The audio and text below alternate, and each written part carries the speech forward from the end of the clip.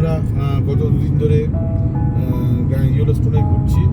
তো প্রথমে ঢুকেছিলাম নর্থ গেট হয়ে, তারপরে ওয়েস্ট গেটে হোটেলে থাকি। তো তারপরে ওয়েস্ট গেট থেকে আবার ঘুরে গাড়ে সাউথ গেট হয়ে কালকের ওই ট্যান্টেনটন গিয়ে আবার ওদিক থেকে একটা পাস ছিল, পাস ক্রস করে আমরা ইডাহোতে গেছিলাম। ইডাহোর একটা মানে ফিল্ড থেকে আলু গম চাষ হয়েছিল, ওখান থেকে ঘুরে ফিরে আবার ওয়েস্ট গেটে নামি।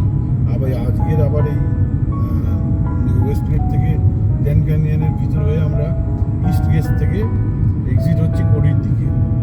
কোডি থেকে আমরা এসেছিলাম হচ্ছে নর্থ ডাকোটা হয়ে, বাট আমরা যাবো হচ্ছে সাউথ ডাকোটা হয়ে আমি প্ল্যান করেছি।